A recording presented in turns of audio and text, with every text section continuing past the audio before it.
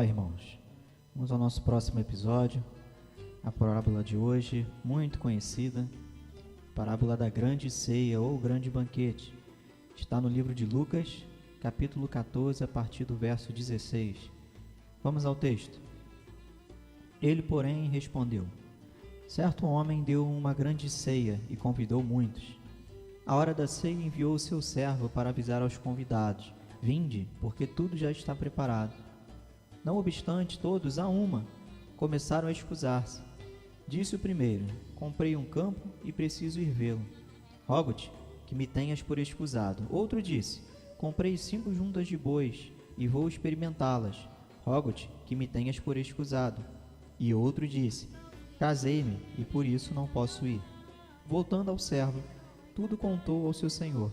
Então, irado, o dono da casa disse ao seu servo: sai depressa para as ruas e becos da cidade, e traze para aqui os pobres, os aleijados, os cegos e os coxos.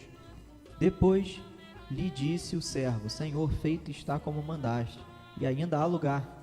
Respondeu-lhe o Senhor: sai pelos caminhos e atalhos, e obriga a todos a entrar, para que fique cheia a minha casa, porque vos declaro que nenhum daqueles homens que foram convidados provará a minha ceia. Bom, uma passagem, como eu disse, muito conhecida, e para quem tem algum conhecimento dos evangelhos, da relação de Jesus com os judeus, com os religiosos, não fica muito difícil de entender o que Jesus está querendo dizer. É uma mensagem de reprovação, também uma mensagem de revelação, no segundo sentido. Eu queria, na verdade, apenas trazer 3 pontos, 3 coisas importantes acerca de todo esse texto. Eu vou explicar ele de forma expositiva e vou destacar esses 3 pontos. Vamos lá do início. Diz que um certo homem deu uma grande ceia e convidou muitas pessoas. Um homem rico deu um banquete, uma ceia e convidou muita gente. Verso 17. Quando estava chegando a hora da ceia, ele enviou o seu servo, o seu mensageiro, para lembrar os convidados, para trazê-los para o banquete. No verso 18 diz que todos a uma começaram a escusar-se, criaram desculpas, inventaram desculpas. Então o texto começa a relatar 3 pessoas. Disse o primeiro convidado. Ele disse que comprou um campo e precisava ver o campo, e pediu para que ele fosse desculpado por causa disso. Então ele tinha um negócio. Ele tinha acabado de comprar um campo e precisava ver. É meio esquisito isso. Porque se alguém compra o campo e depois ele precisa ver, bom, o que seria ver, né? Se for ver por ver, ninguém compra sem ver antes. Se ver for no sentido de cuidar ou tem alguma tarefa para fazer lá, na hora de comer, sabe, quem vai deixar de comer? Ainda mais sendo um banquete, um convidado para um banquete de um homem rico, você vai deixar de ir se alimentar para fazer alguma coisa no campo? Talvez essa ceia fosse já na hora da noite. Alguns indícios textuais de tradução de originais idiomas. Então, uma pessoa que comprou um campo, ela tinha que fazer alguma coisa no campo na hora da refeição, sendo convidado de um banquete de um homem rico. Esquisito, né? Verso 19. Um segundo convidado disse: comprei 5 juntas de bois e vou experimentá-las. Rogo-te que me tenhas por escusado. Olha, fala lá com o seu senhor, pede para ele me tomar como desculpado, justificado, que eu não vou ter como ir. Ok, 5 juntas de bois. Deviam ser muitos bois. E ele vai experimentar os bois na hora da comida. Repetindo, sendo ele um convidado de um banquete, de um homem rico, ele vai testar os bois? Esquisito. Verso 20. Um terceiro convidado disse: casei-me e por isso não posso ir. Esse aí casou. Você lembra que o casamento naquela época, as festas eram demoradas e comemorava por muito tempo, muitas horas, praticamente um dia inteiro de casamento. Mas o casamento era agendado, né? Porque ele aceitou o convite, se ele sabia que ele ia se casar nesse dia. Então, provavelmente, a famosa lorota. Então, temos 3 convidados que deram desculpas esfarrapadas e ridículas para não participar desse banquete. Verso 21, então o servo volta e fala ao seu senhor. Então o dono da casa ficou irado, diz o texto, com razão. Ele, sendo um homem rico, dando um banquete para tanta gente, e as pessoas recusando, dando desculpas das mais ridículas possíveis. Então ele deu uma ordem ao seu servo, seu mensageiro: sai depressa para as ruas e becos da cidade e traze para aqui os pobres, aleijados, os cegos e os coxos. Então, nós supomos, até por causa dos indícios do texto, as desculpas que as pessoas dão são desculpas, mas elas refletem um pouco de quem são essas pessoas. Bom, um homem diz que comprou um campo, então era um homem de posses. O outro comprou 5 juntas de bois. Ok, então o cara tinha uma condição. O outro se casou.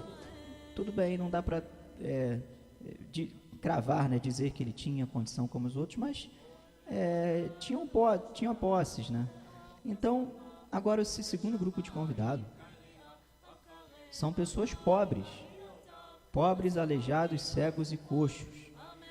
Então o Senhor pediu para o seu servo, o seu mensageiro, chamar esse tipo de pessoas. Ou seja, um grupo totalmente diferente de convidados. Olhando agora nesse quadrinho que eu fiz do que é importante, primeiro, todos, lá no início, diz no verso 18: não obstante, todos a uma começaram a escusar-se. O que é todos? Todos é literal? Deixa eu te falar, isso é um erro comum na interpretação de texto. As palavras têm significados que você vai entender através do contexto ou de textos correlatos. Então, quando diz aqui que todos começaram a se desculpar para não ir, esse todos não é todos literal. Tanto que o texto aqui, o próprio Jesus cita exemplo de 3 pessoas e de uma forma singular. Disse o primeiro, outro disse. Então, foram algumas pessoas que rejeitaram esse convite, não foram todos literalmente. Foram alguns, muitos, uma quantidade considerável de pessoas que rejeitou esse convite. Não todos literal, ok? Isso aqui precisa ficar estabelecido porque é um erro de quem lê esse texto. Então todos, você entende todos literal. Não, todos não é literal. O texto dá esse indício. Traz aqui 3 personagens. Então, poderia dizer todos, literalmente todos. Ninguém foi. O texto não fala que ninguém foi. O texto fala que alguns não foram e dá o exemplo aqui de alguns e as desculpas deles. Então, esse é o primeiro ponto. Não são todos literalmente falando. 2, o segundo grupo de convidados também é uma possibilidade de interpretação errada. Pobres, aleijados, cegos e coxos. A gente é tentado a achar que isso aqui diz respeito a pessoas menos favorecidas e só. Não é isso. Esse grupo de pessoas, os pobres, os aleijados, os cegos e os coxos, que nessa história que Jesus contou, são sim pessoas menos favorecidas, mas isso significa algo espiritual. E aqui eu já quero explicar a parábola. Os judeus se achavam os santos, eles se achavam os melhores, principalmente os religiosos, os fariseus, líderes religiosos, né? Eles se achavam os reis da cocada preta, como nós falamos. E Jesus veio dizer algumas vezes que ele não veio para salvar aqueles que se achavam bons e perfeitos. Ele veio para salvar aqueles que reconheciam que eram doentes. Ele disse isso: eu não vim para os sãos, eu vim para os doentes. Ele não veio para salvar aqueles arrogantes, cheios de si e que se ancoravam na lei de uma forma totalmente legalista, exagerada, sem um pingo de compreensão. Então é isso que o texto está falando. Esse grande Senhor, esse homem rico é Deus. E ele preparou uma ceia, um banquete, ele convidou a muitos do povo dele. E quando a ceia estava vindo, o seu servo foi enviado. E aqui o servo ele tem uma interpretação dupla. E ele foi chamar os convidados. Você deve estar agora imaginando na sua cabeça. Deus, o homem rico, o servo que foi chamar os convidados, Jesus.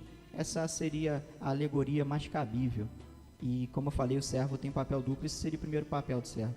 E ele foi chamar os seus convidados, os seus compatriotas, os seus amigos da cidade, aqueles que ele conhecia.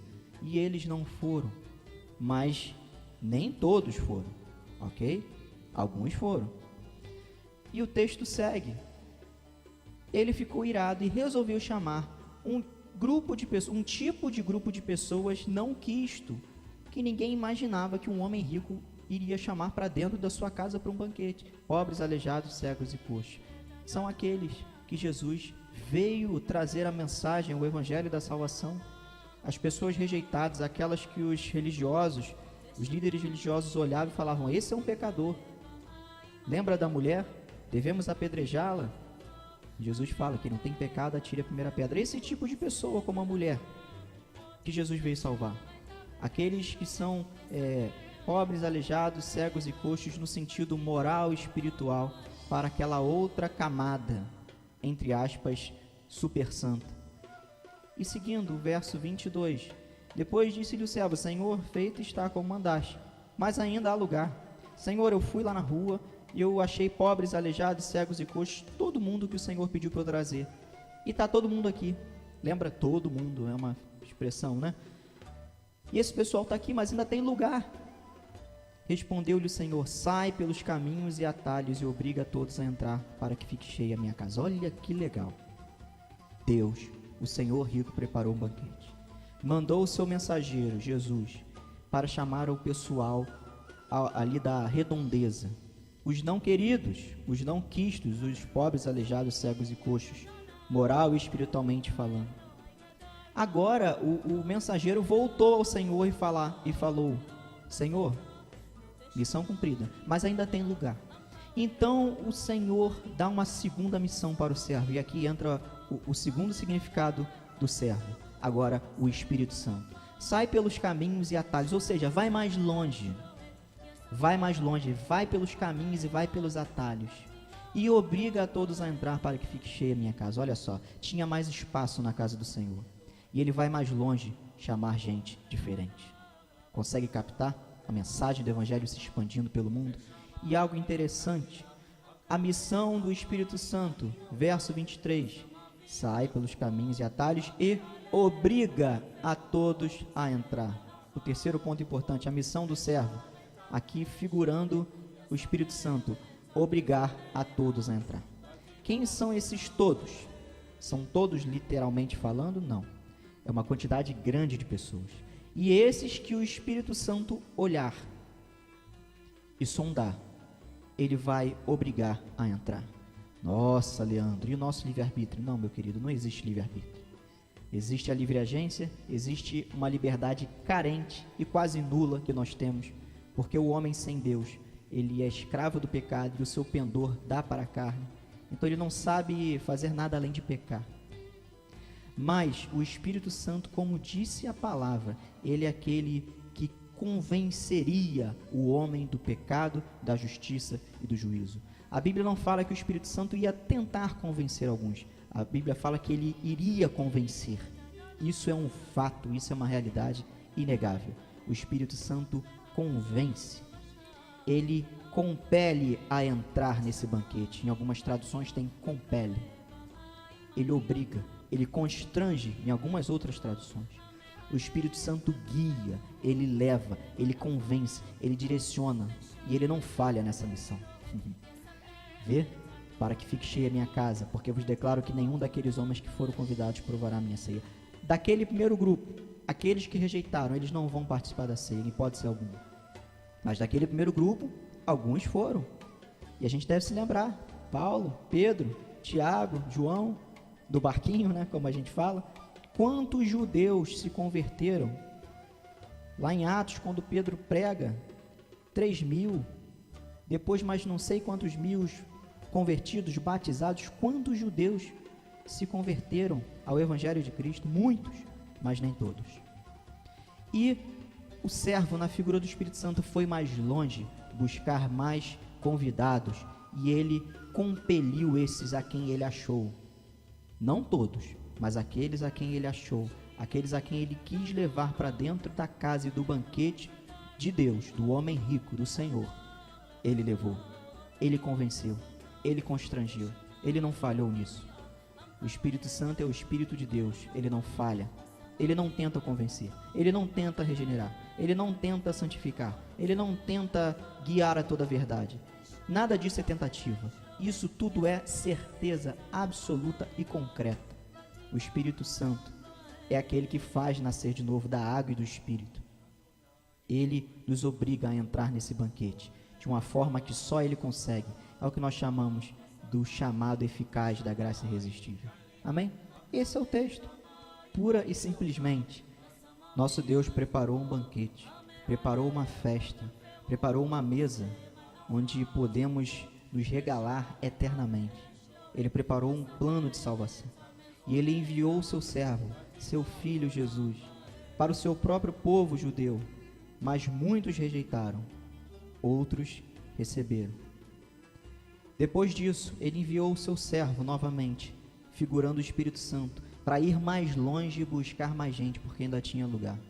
E assim, a casa de Deus, até a consumação dos séculos, vai ficar cheia, com todos os convidados que Ele quis chamar, todos sentados e se deliciando na mesa do seu Senhor. Amém, irmãos? Que Deus abençoe vocês.